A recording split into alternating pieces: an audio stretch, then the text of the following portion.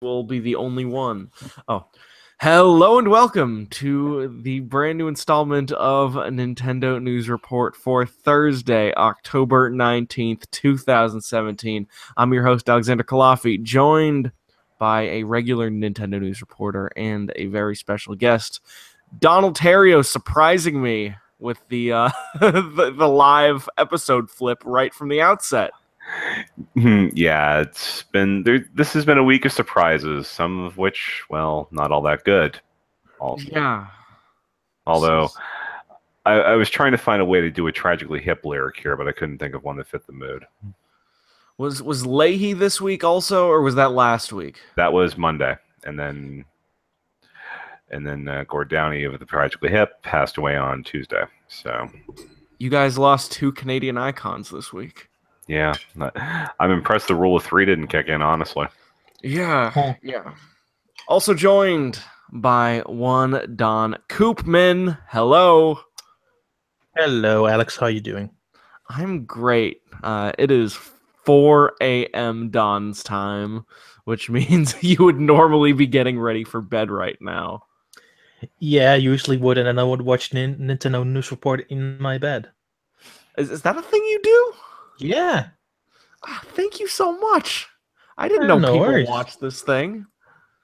That's how I comment from time to time while I'm watching, remember? Oh yeah. And you've been on like 2 or 3 times before, haven't you? It's my third time, yeah.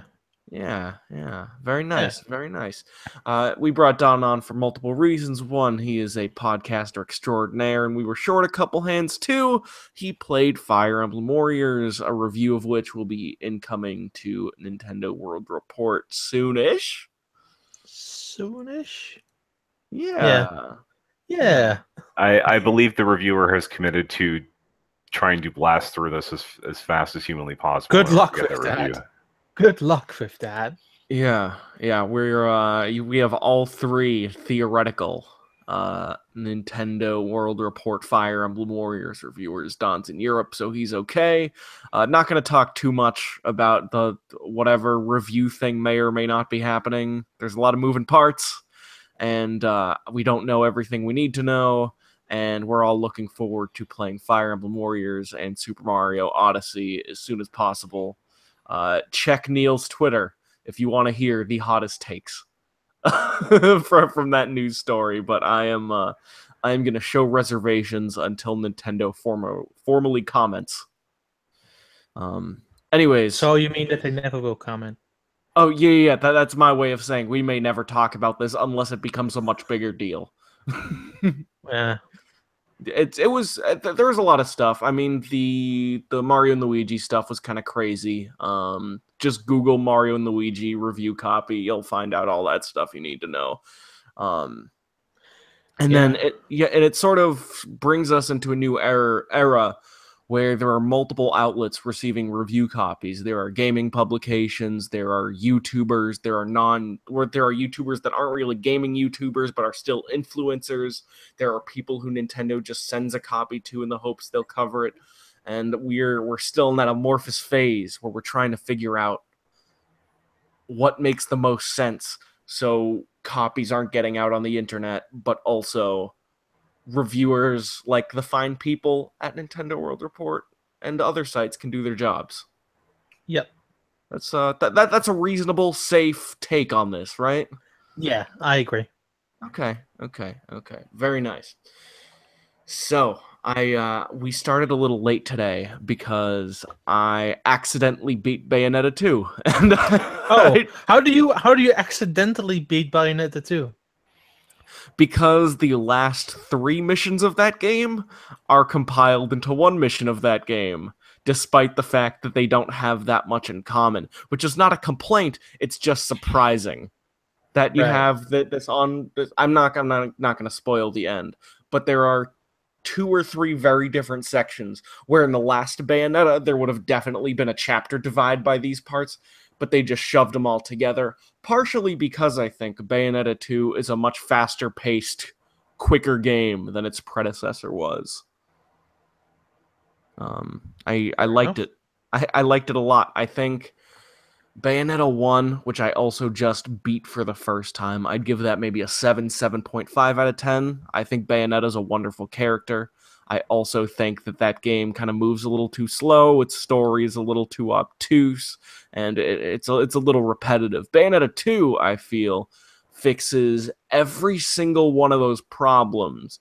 And if its difficulty balance on normal was just a little bit better, meaning if it was just a tiny bit harder, I think that game would be like 9.5 out of 10 territory. As it stands, awesome, really fun platinum game. Probably my second favorite behind Metal Gear Rising. But I wish it was slightly harder. Did either of you feel the same way?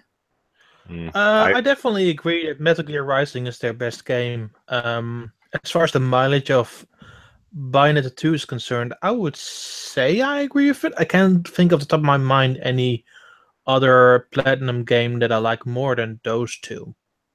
Right. Mm-hmm. Yeah, Me the same. I enjoyed what I played of Bayonetta 2, and I mean it was my game of the year, like I said last week. But I just I was satisfied with where the challenge was going in that game. Okay, did you beat it, right? I think I stopped just short. Donald, you gotta beat Bayonetta 2. Yeah. You gotta beat Bayonetta 2. Hey, I beat Bayonetta 2 before it was even cool. Yeah, Don, you were telling me that you had that game months in advance because you're in the magical land of Europe. Yeah, I don't know why Nintendo of Europe did it, but we got it 2 months before the game was supposed to come out. Mm. So I got 2 months to spare to finish all of Bayonetta 2, which I did in save in less than 3 weeks because I took my time with it.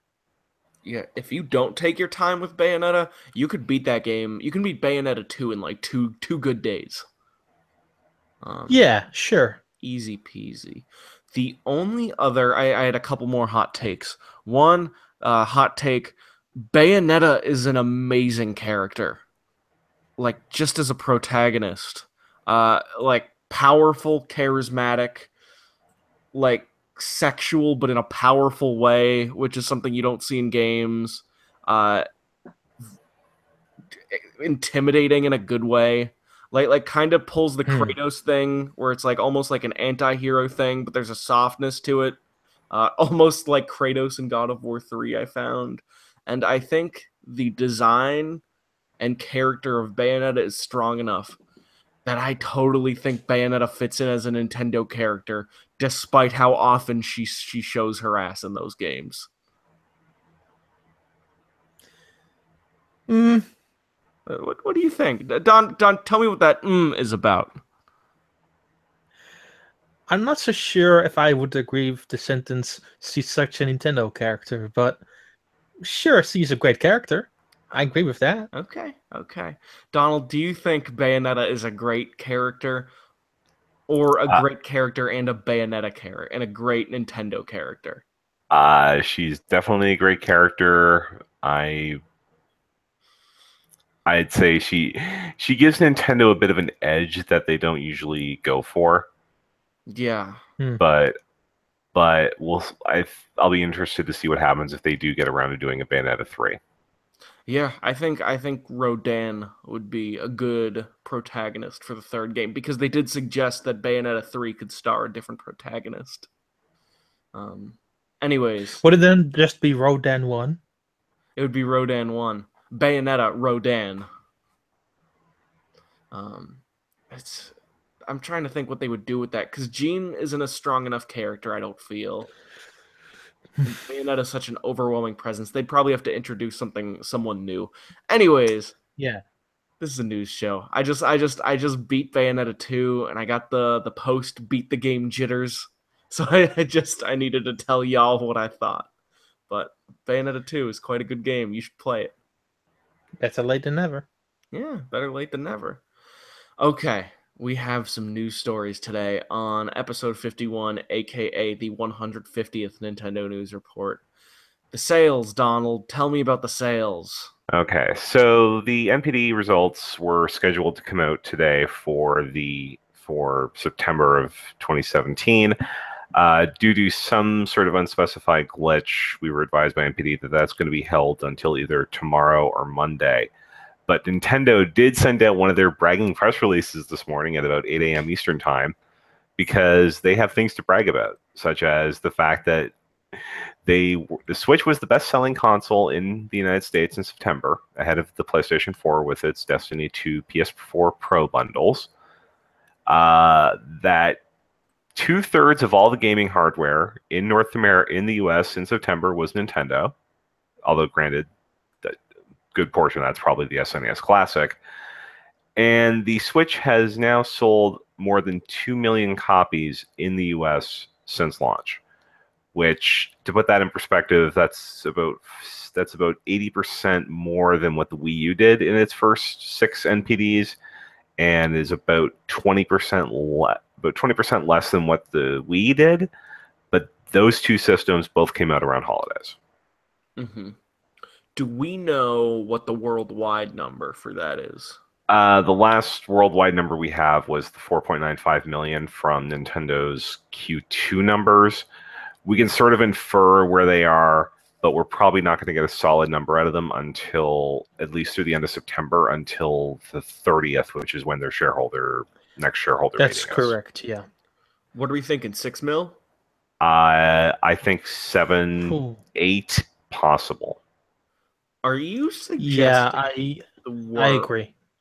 Are you suggesting the world where by the end of Switch's year one, it may have completely surpassed the Wii U's lifetime sales? Well, I don't know. Wii U was 12 or 14? Wii U was 13.6. Okay, yeah, I could do that. It's the holidays coming up. Mario hasn't come out yet. That could totally happen. Also, it's also releasing additional markets on December 1st, so that could also help with its sales. Because it's releasing in some parts in China, and it's releasing in South Korea. Oh, it's getting those China bucks, huh? Okay. Yeah, and South Korea was still a strong supporter of the 3DS, and the Wii U never came out there, so they consider this really the follow-up to the 3DS there. Man. And we've seen that signups are open for the Tencent MMO, I guess Arena of Valor is what they're calling it on Switch. So, yeah, there is. I think if they have a good third quarter, then they could do it within the first 12 months of the system. Yeah. I think their December will be really strong considering the new markets in the holiday season, though. Yeah. We'll see what happens, but I have a good feeling about it. But I'm not sure. It might not reach 13 million, but it has a good chance to. Mm-hmm. What a success story the Switch is turning out to be in its first year, huh? Yeah. It's pulling it off. It's almost like what Nintendo wanted the Wii U to be, the Switch is turning out to be. Right. Yeah. We had to I guess the term suffer through the Wii U to get to the Switch, but hey, it worked. Yeah. The Wii U was fine. I think history's gonna remember Wii U was fine. I think some people are gonna remember the Wii U as a wonderful console, and they'll be right for them. And some people are gonna remember Wii U as an atrocious console, and it'll be okay for them. It's not like the 3DS. For the Wii U, for the Wii U eShop, and how many great games there were also on it next to the other great games. I sense a little bit of sarcasm right there. No comment. So I love a little May run. What are you talking about? You mean the game that got pulled? Yeah. Wasn't there a sequel or something? That also got pulled? Yep. Oh boy. Big Lee's Revenge, I believe, and that thing lasted just over a week. Yep. But that first game sold what, like 400,000 copies or something? It wasn't even the first game. The first game was IQ Test. Don't tell me why I know this. Well, you are a part of the eShop Action Committee, to be fair. That's true. Nice. Together with one Numcoms, John W. I don't know if I should say his name, but yeah, with him. Nice. Switch hit 4.0. There's video capture in like 5 or 6 different games now. There's you can transfer your saves across devices. And then Don, what's the thing I'm forgetting? Okay, so we've got profile transferring. So if you set up a profile on one Switch, you can move it to another. It's known as the giant bomb problem. Video recording, which works in the games you would expect it works in, which is basically big Nintendo first-party games right now. But that's also going to be coming. They also added the ability to pre-purchase games, although that I don't believe that has been implemented anywhere yet. Nowhere. Which I'm shocked you can't buy Odyssey right now. Yeah, I agree. Unless they're going to start with Xenoblade 2. Do they really want to have another Splatoon situation, though? Do they really? I wouldn't mind if they had another Paper Mario Color Splash situation. I mean, okay, but nobody wants another Splatoon 2 situation where nobody can download it. And then I say to everybody, hey, go to the Nintendo site, and then Nintendo site crashes 5 minutes later. Yeah, those were that was a fun evening to watch. But yeah. But I was waiting for my copy anyway, so I was good. But the other big thing, which wasn't really publicized, but we found out about later, is that you can use certain wireless headsets and even wired ones into the dock. So when the system is docked, you can use like the most stunning example of this is actually the PlayStation. I tried that. I tried that today. Did it work? Yeah, it did work. I had to fiddle with the Bluetooth button on the dongle a little bit. Like I had to hold it for a really long time, but eventually it connected. And it totally works fine. Yeah, it also works with a USB-C, USB-A adapter. Okay. Not the weirdest thing that we found out with Sony and Switch support this week. I think that goes to the fact that Sony Music is publishing a game on Switch, but that's true. But it's still a cool thing to see the Sony headsets working on Nintendo systems. I don't think Sony will mind. Will likely sell them more of those freaking headsets. Wait, Sony's publishing a game on Switch? Sony Music Entertainment has opened an indie game publishing label, and although they are predominantly focused on PlayStation, one of the games is going to come out on Switch. Which one? I think it's called Tiny Metal. Okay, yep. That's sick. Nice. Tiny Metal was in the Japanese Nintendo Direct. That's the first time I noticed it. I was wondering who's publishing this game. Now we know it's Sony. Oops. Yeah, so now the Switch has a Sony game and a Microsoft game on it. Yeah, and then the PC has a lot of Microsoft games on it. PlayStation has a Microsoft game on it. Xbox has nothing from either publisher.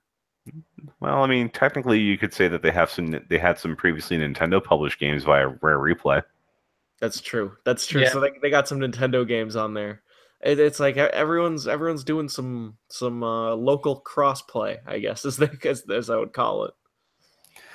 Yeah, but getting back to the Switch firmware, I think the ability to transfer a whole profile is kind of interesting. Although I kind of wonder if we're going to get to the point that we have just like cloud saves, but if that's going to come with the paid online service next year, or if it's just we're going to have to deal with it as it comes, because we know at least one person who's been on this show who's had some issues losing saves. Mm-hmm. Mm-hmm. I tried to transfer a profile, just the test profile from one Switch to another, and that seems to just bring over the entire slew of data, save data and everything from one system to the next, which is really interesting.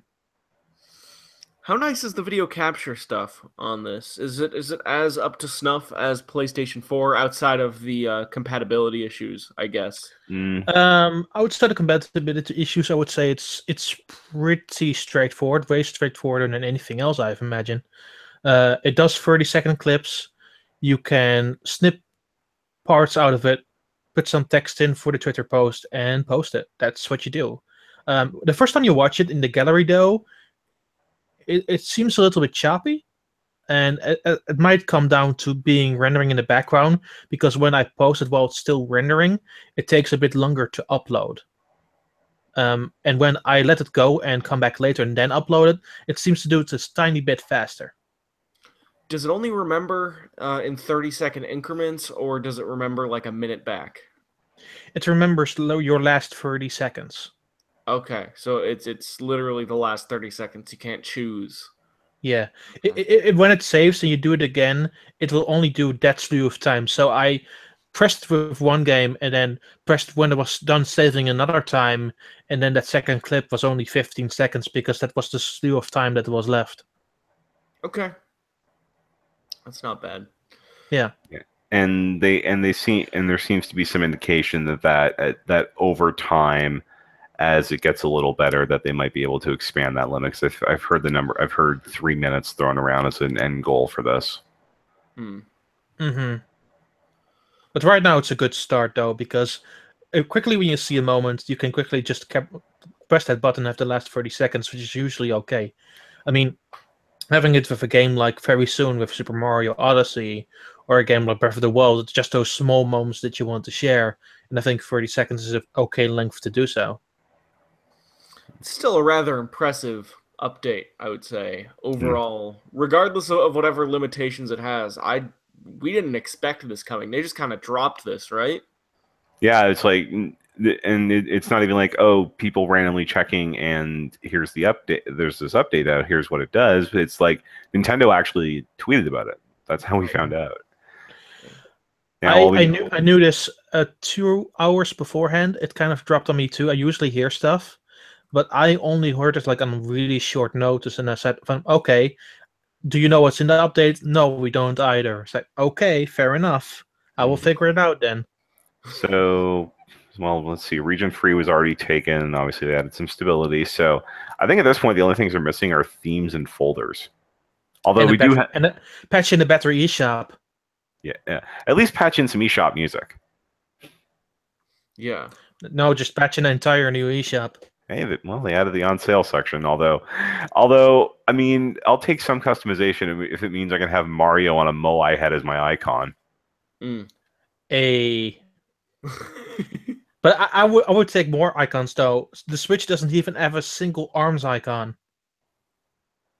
Wait, it doesn't? No. Nope. All the new icons they added for this one are either Mario Odyssey or Breath of the Wild, which is why probably 60% of your Switch friends list now has T-Rex Mario on it. Yeah, the T-Rex Mario really is the best one of the new ones, isn't it? I don't know. I like the smug look on Rivali. Okay. That's not bad. That might be like the cool one that not many other people have. So like that might be the one to go in on. I'm going with smug look of Raleigh with a green background, baby. Okay. Doom's coming out November 10th. That's fun. It seems like that's a really good port of that game. Despite limitations of the Switch, they totally put the original Doom on a handheld, and it's coming out in like 3-ish weeks. Yeah, 3 weeks from 3 weeks from tomorrow. And you know that it's like we happen to be on like the 1 year anniversary now of when the Switch, the original 3-minute Switch ad ran with Skyrim, and yet this Doom game that got announced last month is going to get out before Skyrim. Yeah. That's the funny part about it, is it? Yeah, the release date was announced 2 weeks ago, or a couple days ago, excuse me, and then it's coming out a whole week. That's beautiful. I mean, you're looking at like a 10-hour shooter, 10-15-hour shooting, first-person shooter versus a giant 200-hour possibly open-world RPG. So I can see like the testing requirements on that. Okay, but does Skyrim have a Space Marine that doesn't give an F? Does Skyrim have glory kills? I don't think so. No. Why even get it then? Well, the main reason I would want to get Skyrim is so I can make the dragon shout like Randy Savage, which you can't do on the Switch. Does Doom have any custom? I mean, I beat Doom. I should know this, but I don't think Doom has any customization stuff. I was trying to think if there was any way to shimmy The Legend of Zelda into this upcoming Doom port. The closest thing you might get is what would be in the Snap Map, except the Switch version, thankfully, isn't going to support that just because it's a massive file size hog. Yeah, could do like a hook shot kind of deal. Could do any other Doom? What if Doom added a sword? That would be crazy shit. Or if the plasma rifle shot light arrows. That would be crazy shit too. Yeah. Doom's an amazing game. It was one of my favorite games of last year. Don, did you play it? Oh yeah, I did. I have the special edition of it with the statue. Do you like it? Oh, I love it. Yeah, that game's so good. The multiplayer is not great, but good. it's one of the best shooter campaigns that's ever come out. It is the best single player shooter ever if you forget the multiplayer exists. Yeah. Hey, it's a separate download on Switch, so you can actually forget that it exists. Yeah. Yay! That's a feature. It's the best feature of a game ever. It's that question Bethesda got asked on Reddit. Is it a feature or a bug? Yes.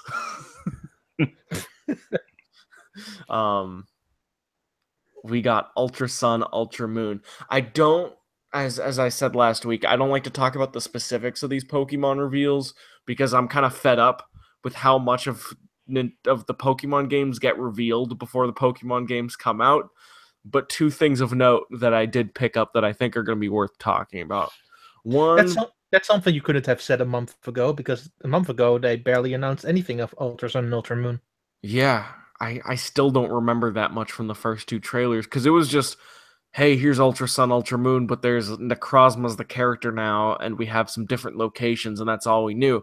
Now we know that it's like an alternate take on the story of the first game, that Necrozma is going to be a huge deal, that we're going to have the new Ultra Beasts, etc., etc.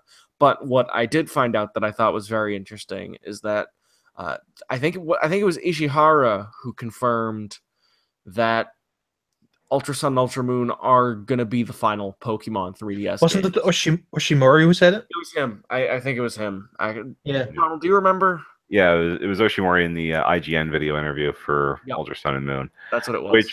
And we kind of figured that these were going to be the last ones, considering, well, they announced a Pokemon Switch game at E3. Yeah. Right, but it means that's presumably not going to be a cross-platform game, which it probably couldn't be because you're working with a completely different type of architecture. But that little confirmation's real nice. Yeah, for sure. Yeah, and then the other thing is that I didn't look into what this means, and I don't want to know what this means. But they're apparently going to pull a Black 2, White 2 and going to do an expanded post-game with Ultra Sun, Ultra Moon. And I didn't think the post-game was that bad in the original game, at least compared to X and Y's. Well, it seems like, now this isn't confirmed. I'm not saying this is 100% the truth, but it seems like what was the post game, or at least a good part of the post game of Sun and Moon, was catching the Ultra Beasts, and it seems like they're bringing that forward into the main game, so they need to put something else in there. Yeah. Hopefully, they have a more serviceable red/blue fight in the end game this time, rather than giving them 4 Pokemon at level 70. They need to do. They need to do something to make Ultra and Ultra Moon compelling, because also, again, it's the last 3DS game.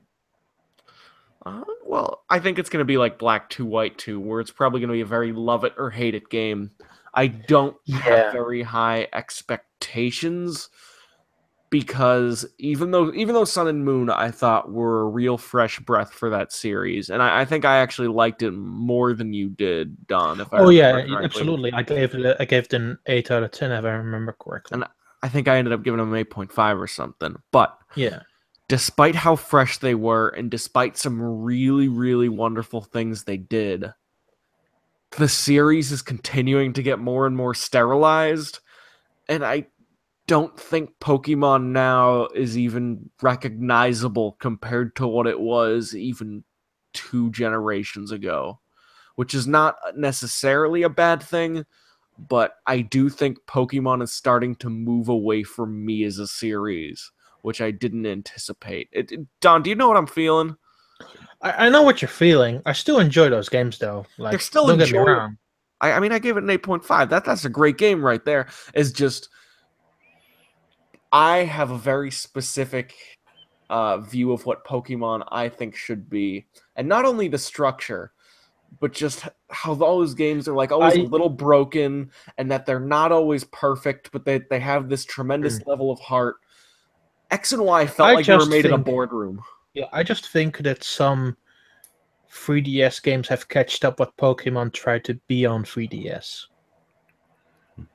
Like Yokai Watch or Monster Hunter Stories?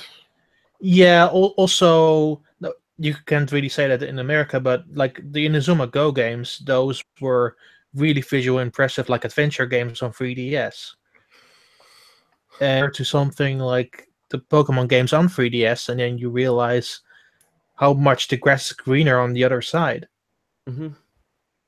Oh, Pokemon's still better than all the alternatives. I think this is the first generation where we've had really quote-unquote strong Pokemon competition. I don't know. I think I like the Inazuma Go games better than X and Y. Oh, yeah? Yeah. Okay. And the games are really that comparable? As adventure games, sure. How much you do in the gameplay loop is surely different, but how you progress through a game like an adventure cycle, it's comparable. Okay. Yeah, there was also an interview this week where they announced, something else that came out in previous versions, that an old friend is one of many old friends is going to be coming back for this game, but I'll say no more in the risk of spoilers. But yeah, I don't know who you're talking about, so let's just say that Justin's very pleased. Okay. Okay. All right, I'm trying to figure out who it is. I don't know. I could always Google it or ask, but I'm just gonna keep it as a mystery. Last story of the show: Fire Emblem Warriors. The DLC came about. It's basically all the NPCs of the 3 games that are represented in this, right? No, only one of each game. The rest are new characters. But okay, I have. I would say I take some issue with it. Knowing what I know about the characters and the way they're sort of reacted to in different parts of the Fire Emblem fan base, I can tell that at least one character is in here strictly for Japanese fan service. Because which one is that? Let me go through them first. Yeah. So in the Fates pack, you will get Azura, Niles, and Oboro. In the Fire Emblem Shadow Dragon pack, you get Navarre, Miranda, and Linda. And in the Awakening pack, you get Owen, Faria, and Olivia. Yeah, and I think Oboro is probably the one there that's mainly for Japan, because I don't recall her being all that popular outside of Japan. Oboro is just not really an interesting character in general. Tharja or Tharia. You know what? I'm gonna say Tharja is the one that I think a lot of people are going to be saltiest about, barring Anthony in the chat says that he's glad she made it to Fire Emblem Warriors' DLC. But I was reading a NeoGAF thread, and boy, were some people salty. I think some people were salty over the fact that because she was a very popular character. Like, she was one of the 4 most popular females when they did the Choose Your Legends poll for Heroes this year. So It's like, why is she not in the base game? Why is she DLC? Yeah, especially considering there's a precedent set with Hyrule Warriors for waifus to get like a standing in that game, even above Link at some points. And it's crazy that maybe the best waifu in that entire franchise is relegated to DLC. I don't know. I think Lyn is the best female character in Fire Emblem. Okay. And she's relegated to a history mode map, which you have to play a long time to even unlock. All right, I know who Don's waifu for Laifu is. I don't really have waifu, just like female characters. Okay. But my greater point towards the Fate selection is you have Miles, Abora, and Azura. I get Azura, like, she is one of the main staples of those 3 games. That being said, Fate has 68 party members, and you chose Miles and Aboro. Hey, Freaking Niles is the please. best husbando in Fates any version. I will say that. I will take that to my grave. Sure, but as characters, it would be fun and interesting to play as. You can't disagree. There would be more interesting choices. Yeah, I kind of wanted Forest in there, but for whatever reason, the Fates kids get even less heat than the Awakening ones do. That's true. Super. But also, I don't know how you can make a dancer interesting to play, except if they're going to change Azora into a staff character. Staff or Lance. I mean, she's predominantly a Lance character. Although they could play her a lot like they did. What's the Hyrule Warriors? The one who's on the original character that's on your side. Oh, Lana, is it? yeah, Lana. Yeah, I could see like the dancer types could probably play a lot like that. Yeah, there are two dancer types. There's also Olivia. What? Yeah. So how is it, Don? Because you've been playing both versions of that game. Donald and I are eagerly anticipating both versions of that game. How is it?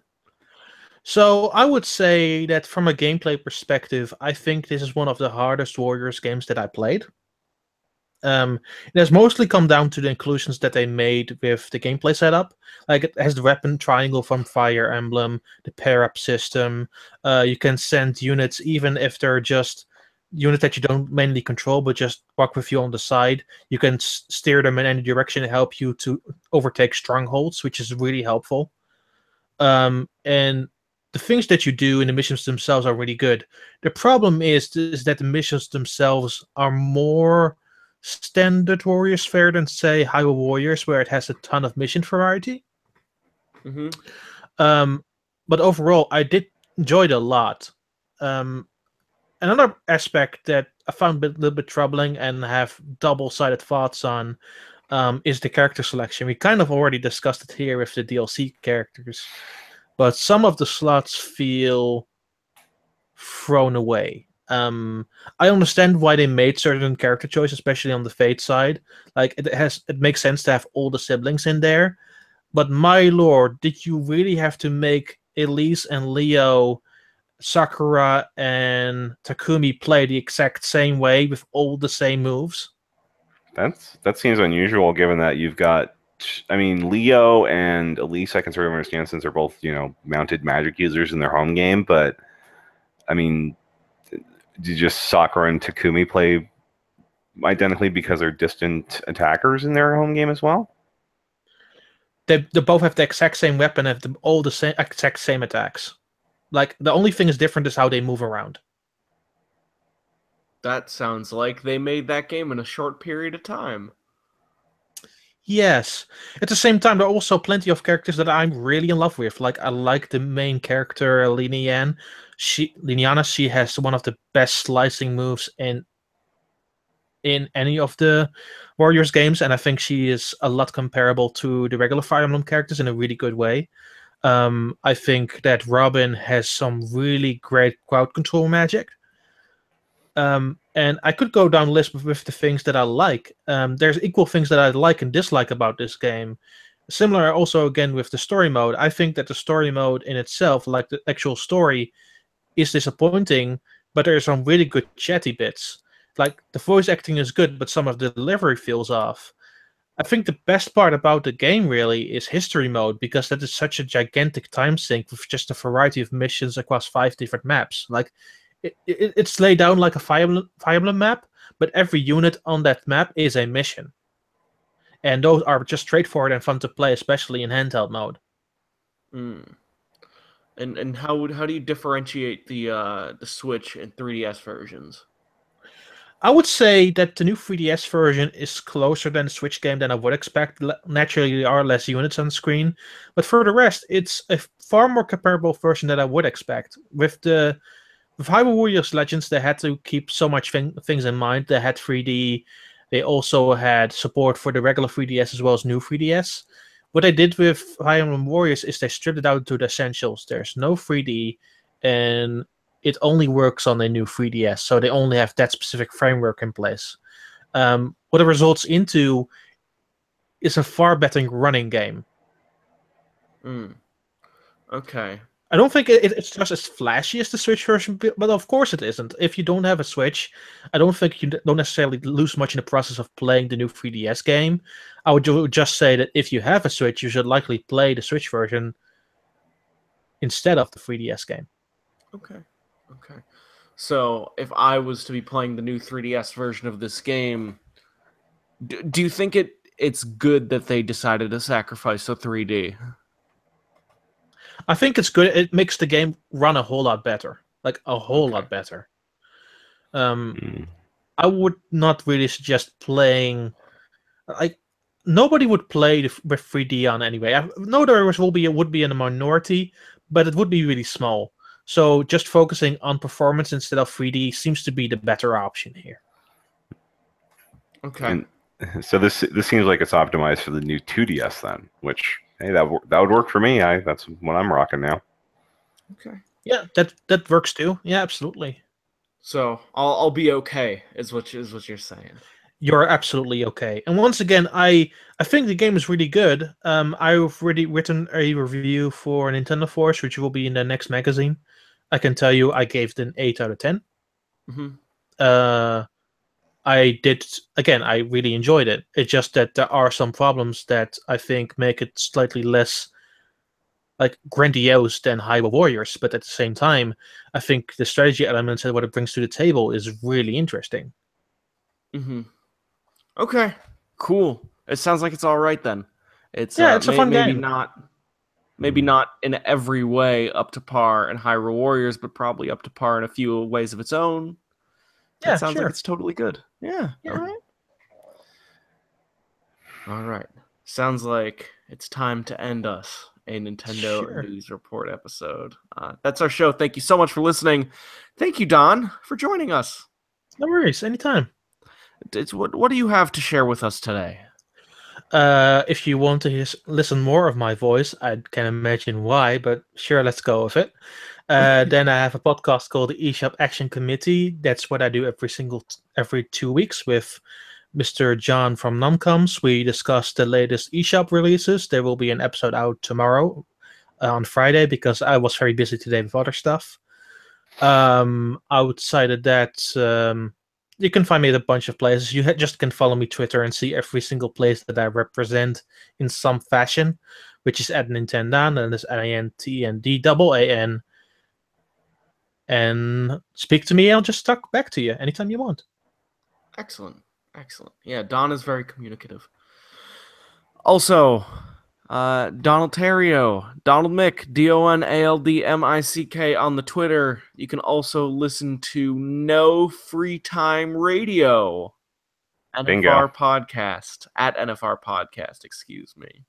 You can get Nintendo News Report on iTunes. You can get it on Google Play. You can support the site that supports our show by going to patreon.com/NWR. And we do one of these every week. So we will see you next week. Have a good night. Bye-bye. Bye. Bye-bye, everybody.